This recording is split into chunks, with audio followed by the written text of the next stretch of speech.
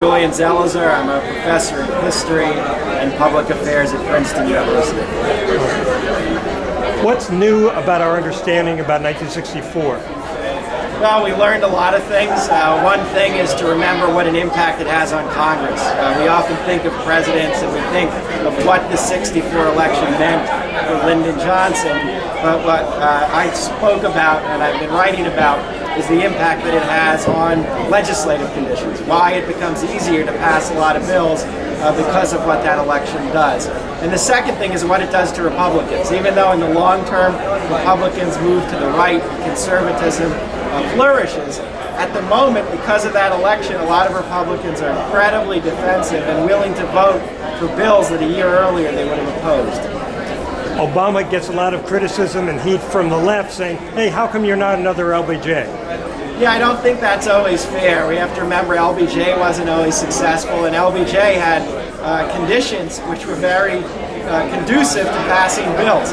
They weren't naturally there. They were a result of this election, and they were a result of the civil rights movement. But without that, Lyndon Johnson, wouldn't have been able to put together all the bills that he did. Finally, LBJ on Vietnam, in retrospect, looks like horrible decision making. What was going on? What was driving it? Were politics driving his Vietnam decisions? It's a big part of it. One famous part of Vietnam was the domino theory and the belief that he and others had that if that area fell to communism, others would follow. But the other part was politics. In August of '64, Johnson is terrified of being tagged as weak on defense, and the Gulf of Tonkin resolution is political. It's an effort to neutralize Barry Goldwater.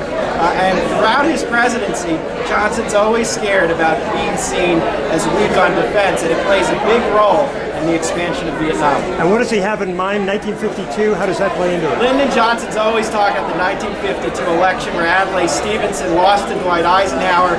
Some of the issues were anti-communism at home, the stalemate in Korea.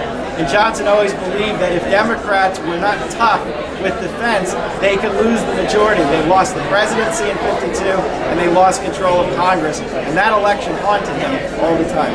Terrific. All right. Thanks so much.